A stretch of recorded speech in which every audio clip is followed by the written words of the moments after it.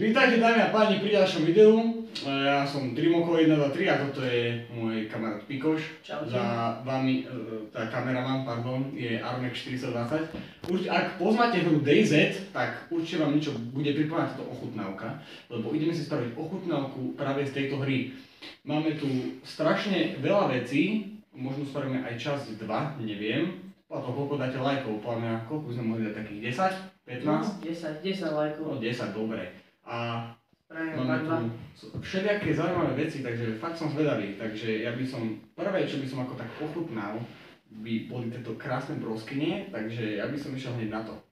Takže máme tu toto krásne broskinky, takže ja si ich idem otvoriť, alebo Dominko, otvoríš? On ju otváraš totižto, lebo on rád otvára. A nie len broskynie. Otvára cudzým ľuďom a potom sa sťažuje, že on ho vykradajú. Aha, páni, je to šťavnaté a veľmi chutné. Podľa mňa tomuto budem už dávať predtým 10 z 10. Lebo fakt to vonia dobre. Akože, toto potom video nie je sponzorované, aby ste dámy a páni vedeli.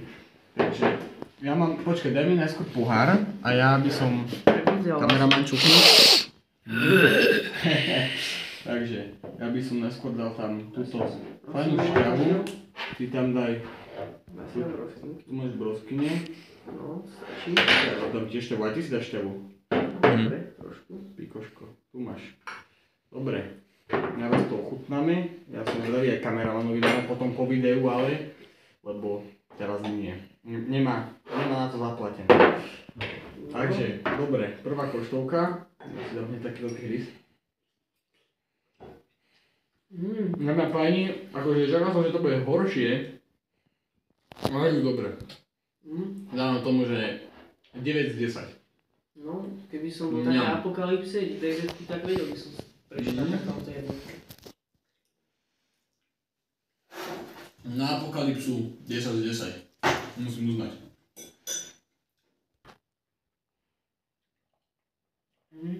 Dobre. Výborná šťava. Dobre, to je prvé. Ja tomu dávam hodnotenie 9 z 10. Neviem, jak ty Domčo? Takých 8,5. 8,5. Môže byť. Dobre, ďalšie jedlo. Ďalej tu máme jablko. Možno to je ako jablko, no ako jablko.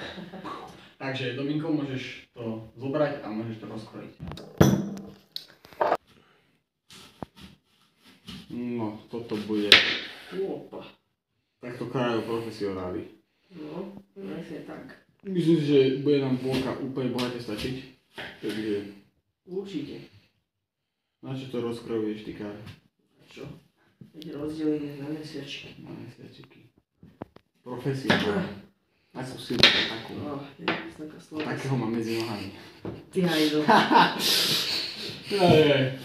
Dobre, to bude. Ale tá sa doreže.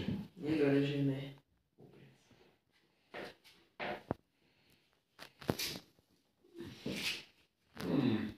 To je jedno. Pojde, ja to spravím lepšou cestou, lebo on je karovec. Daj mi to sem.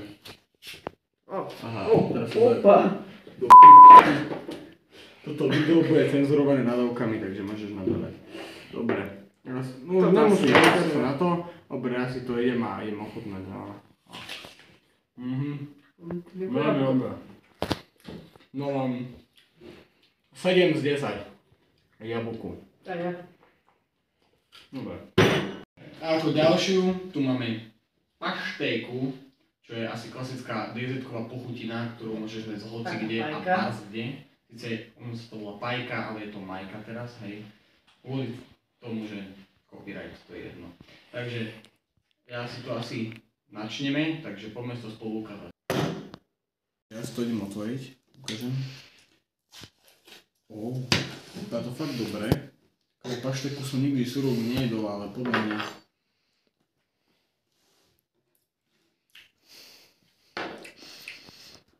...5 z 10, alebo 4. Surová pašteka. Akože nie je to zlé, a surovené to nechutí. 5 z 10. Max. Dobre. Tak 5, no. Dámy a páni, si dáme také ľahké tyčinky. Dosť často sa vyskytujú černárusy na mape aj v Lióny. Väčšinou ich nájdete aj domov, sú aj dosť dobre chutné. Ale dávajú málo jedla. Dobre, To sa neoplatí. poďme na to. Dobre, poďme na to. No, takto musíme. Dobre, ja si dám Klasika to. vynikajúce. Taká moja babka mi dávala krmom s tým. 9, 10. 9. Určite. Na tom sa nič nedá pokaziť, je to klasické, ak nájdete u svojej starej mamy alebo babky. Dobre. Ďalej tu máme klasické naše zagorky, takže fejkové horálky, máme tu Tatranky, no tak pardon, máme tu takéto 3. Tu máme mliečnú, čokoládovú a orieškovú, takže z každej si dáme na polovicu, aby to bolo také toto sa väčšinou v hunting, oných takých posedoch sa to väčšinou vyskytuje, ale väčšinou v polovinských chatách a takto. Takže ja si prvý, čo si dáme? Čo si dáme? Dáme si takto. Orieškovú by som dal. Orieškovú nechceš? Nie, že dal by som. Dal by si, no tak daj. Ja si zoberiem hneď. Dobre, takže... Daj si? Dám si z tejto? Tak daj orieškovú. Okay.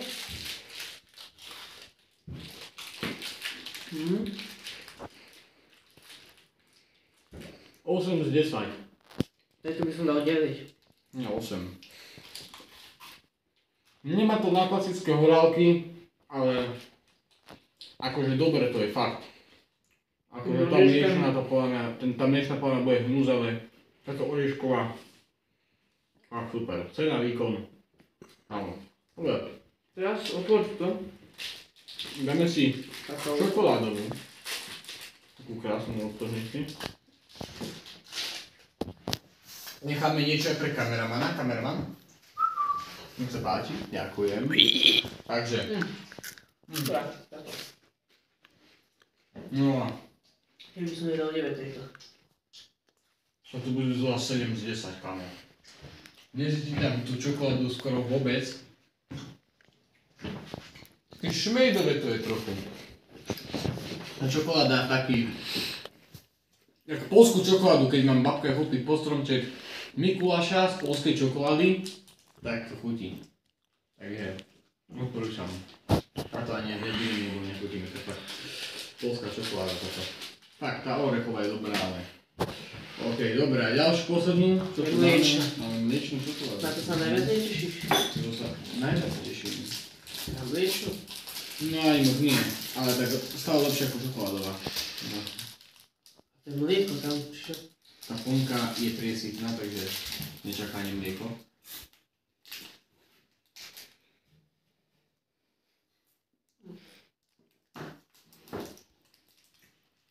Tak k tomuto dávam, že 3 z 10. 3 alebo 4 z 10, teda ako...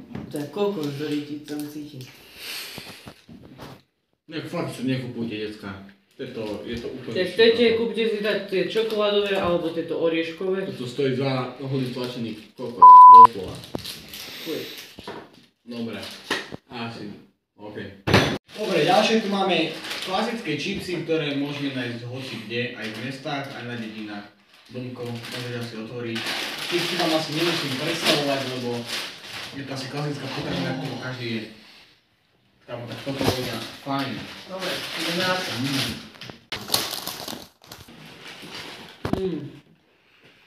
10. Pán kameraman, máte si?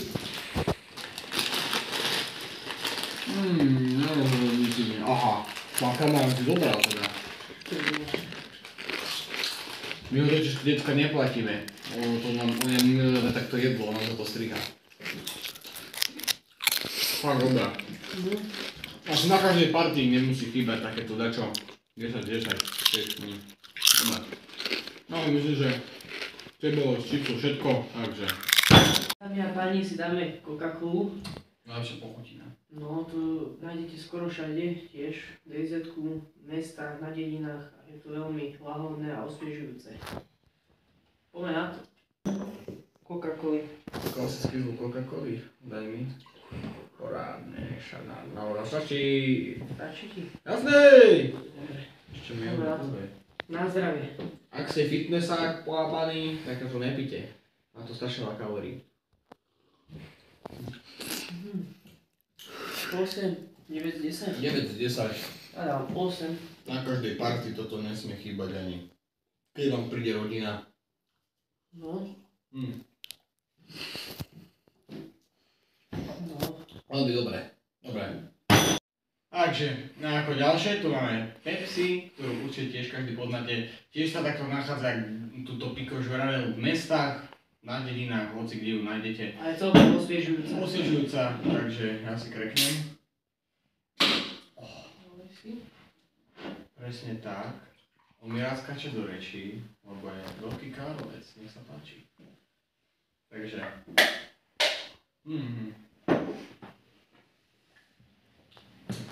Aby som nesúdil, že čo je lepšie, či Coca-Cola alebo Pepsi, tak tiež tomu dávam 9 z 10, aby som nekryl ani jednej, ani druhej značke. Dobre? Pepsi mi príde lepšie ako Coca-Cola. Ja by som dal 9 z 10. Akože Pepsi má menej tých takých tých škodlivých látok, jak máte tie nejaké karcinogénne kyseliny a takéto sračky proste. Ale bordel. A ešte keď si kúpite Coca-Colu Zero bez cukru, tak to je odpad. To rovno to si dajte, pite čistú vodu radšej. Alebo Pepsi. To je jedno. A. Dobre. Takže toto je posledná vec v našej ochutnávke. Je to Fanta, ale v Disney sa to volá Fronta. Ja mám z toho takú chrontu mozgu. No, on má chrontu úplne všade, preto ženy od toho utekajú. Lebo má všade chorý, ako... Dobre, nič bratu. Dobre, tak poďme na to. Ináč, Fanta je originál Nemecka. Nemecka, Made in Germany. To mám teraz na sebe.